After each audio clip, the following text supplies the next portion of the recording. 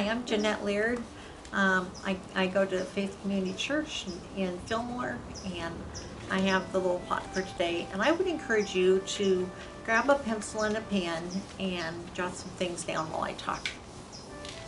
Hope you had a good morning, and I hope that you're taking time to enjoy the things that are around you. And with this social distancing, we've kind of been forced to be apart, but instead of seeing it as a loss, try to look at what as a time to evaluate what you're doing. Where is your heart focusing these days? Is it focusing on God, or is it focusing on the things that you aren't able to do now? So I just want to encourage you to take stock of where things are. I'll guide you through, and also want to give you some opportunities. So if you want to take your pen and make a couple lists here, you don't have to complete the list now, but what has been downsized in your life in the last month? What things have you lost? Or how are you finding that the second list would be what is good in your life? What habits have potentially changed? What things do you like that have come out of this time? Just to, take stock of it, see what those benefits are, and compare them to your previous list of what you think you lost, and we'll go on. But as we talk about opening businesses back up and transitioning back to our normal or our new normal, and hopefully we're changed and we're a new normal going back into it. But I'm hoping that we can transition in a place that we're more effective than we've ever been before. And it took me back in thinking about this to when I had a massive stroke 14 years ago. And my life was suddenly wiped clean. I didn't know what I could do. I didn't know what was left of me. Anyway, it was time for me to reevaluate what was most important to me and what I wanted to do with that. So it was very timely. I saw a video on Facebook of all things, but it was a professor, and in front of him he had on a table, he had a vase, he had some large stones, and he had some small ones, and a thing of sand, and he wanted to put them all into the vase. So he explained if he started with the sand would fill it all up and he wouldn't have room to put the rocks in. But if he took the big ones first and put them in the vase carefully, then he could put the other stones around them, and the sand would filter on down through as he poured it in and fill up the empty spaces, making it possible for all of them to be there. So my challenge to myself then was, what do I want my big rocks to be as I rebuild my life? And I think we're kind of that crossroad in some respects here as our world's been wobbling around, and we're trying to see which end is up. So my large rocks that I put in put into my vase was God, helping people grow, my family, and creating. Those are my top big rocks. And then other things, smaller things, the things I have to do, cooking, doing wash, other things that aren't quite as important, kind of filtered in around those. And there are times I miss my old life. I liked what I was doing, but you know what? God's put me where He wants me now, and He's using me, and so all's good. But I would like to give you some options as you think about your rocks, what you want to keep and what you want to change in your new little transition here. As you intentionally change, think of those options and what you could do good in the world. Go back to those two lists, and is a change needed in life? What really matters? So I want to give you some options to fill your goals, if that would be something you would like. 3 of them. There's many more if you'll want to check on our website, fccfillmore.org.com.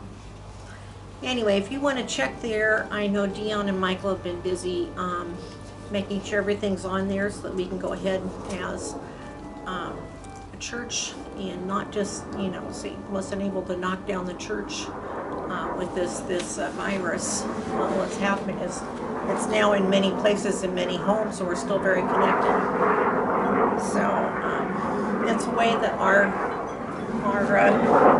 church can still be supportive and growing. And so if you want to jump into any of these, you can check the website, give me a call, and we'll make sure that you get on there. When I was doing a group last year of ladies on Thursday mornings, we did a study, Mary in a Martha world, and when I came back one week, they had been talking, and they realized that all of them in the group, except me and for Rose, were single, and that they had their own needs, and we often had, talked about those, and it was good, but they felt like they had a good core of support between them, and we're wondering if I would shift gears and find a book that would fit for them, and to do something this year with it. So I prayed about it over the summer, found a book, and started trying to reach out to these ladies who,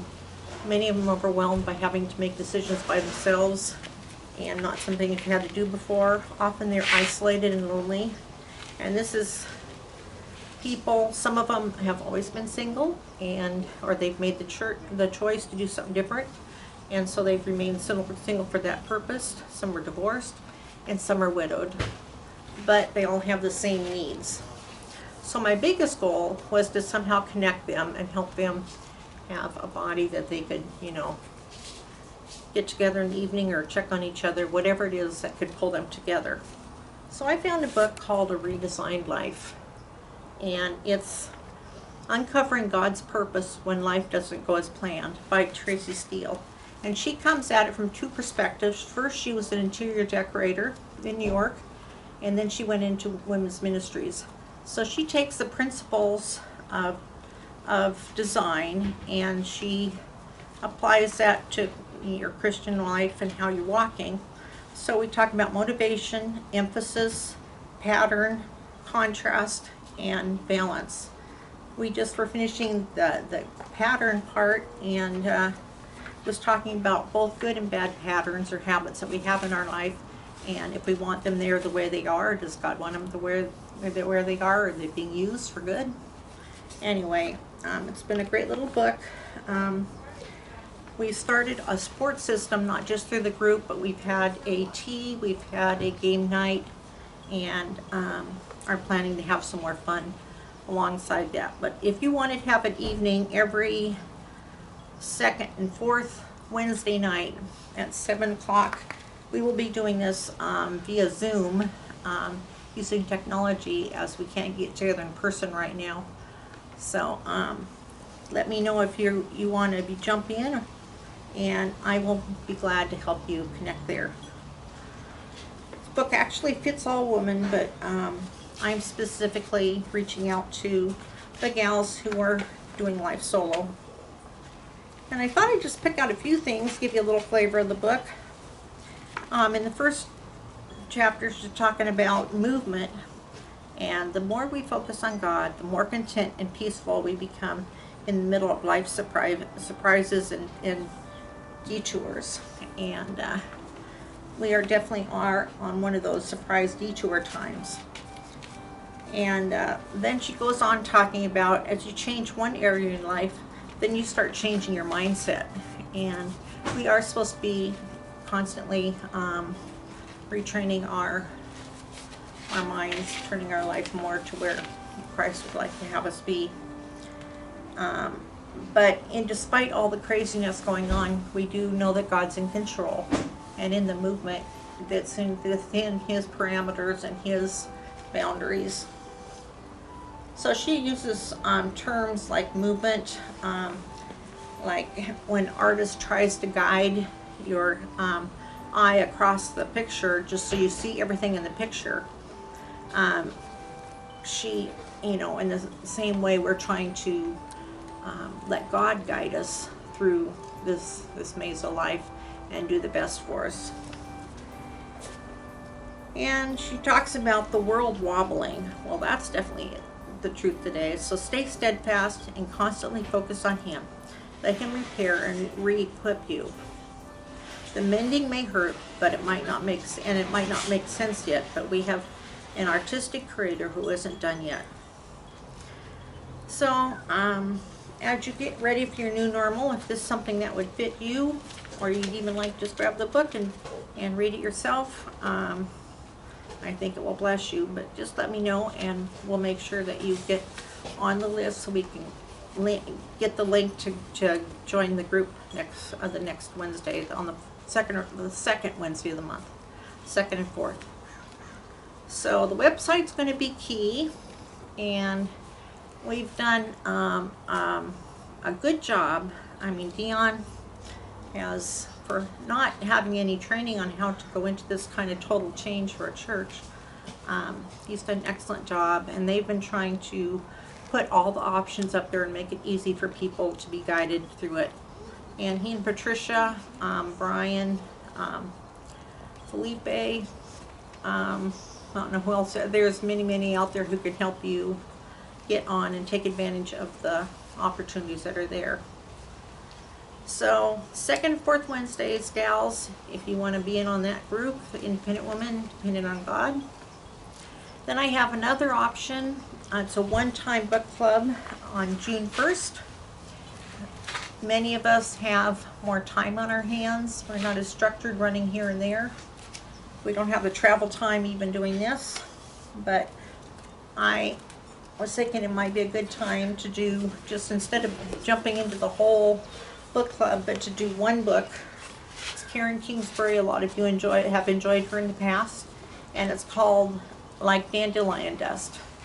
And it's about a little boy who's adopted and what happens to him with the natural parents and the home that he was raised in. Anyway, hope if you could join us, grab your book. You can order it online, Amazon, Christian bookstore. Get your favorite beverage and your most comfy chair, and let's talk through Zoom. Let's have a good time, laughing together, crying together, sharing. And Brian, you got me. And our last option is Splash. He had fun doing that. He's grinning like a Cheshire cat.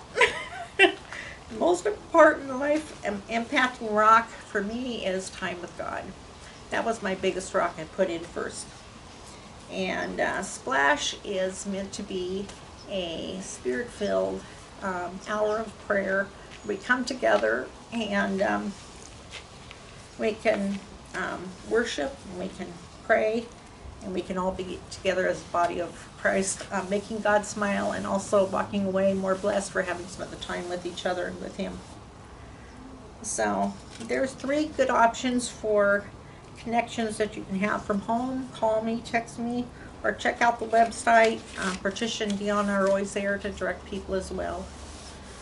And I ran into an article on the German Chancellor and scientist of Germany, and she was talking about not getting stuck in the pandemic of the mind, as we are having to sort out in our minds what is truth and where, what we need to leave, who we need to listen to. And I thought that was even more so in our country than theirs. But you can choose joy, as I talked about last time, as you pick up and put your big rocks in, and put your most important things in first. And then I would challenge you, as the world's still wobbling, to decide what should be tweaked or added to your world. You're making a redesigned life. Be intentional and make choices, but let God lead. And I'd like to close in prayer. Heavenly Father, thank you for this beautiful place you've given us to live. Thank you for the breeze and the birds and the dirt that we could work in and have beautiful things and fresh beets. Thank you for all our special friends and our family at our church. I pray that you use the tools we have of these groups and others to pull people together, and maybe even pull a friend in a way that they might not be brave enough if they had to leave their home, but they could sit with you and get closer to. Lord, I thank you for all these opportunities in your precious name. Amen.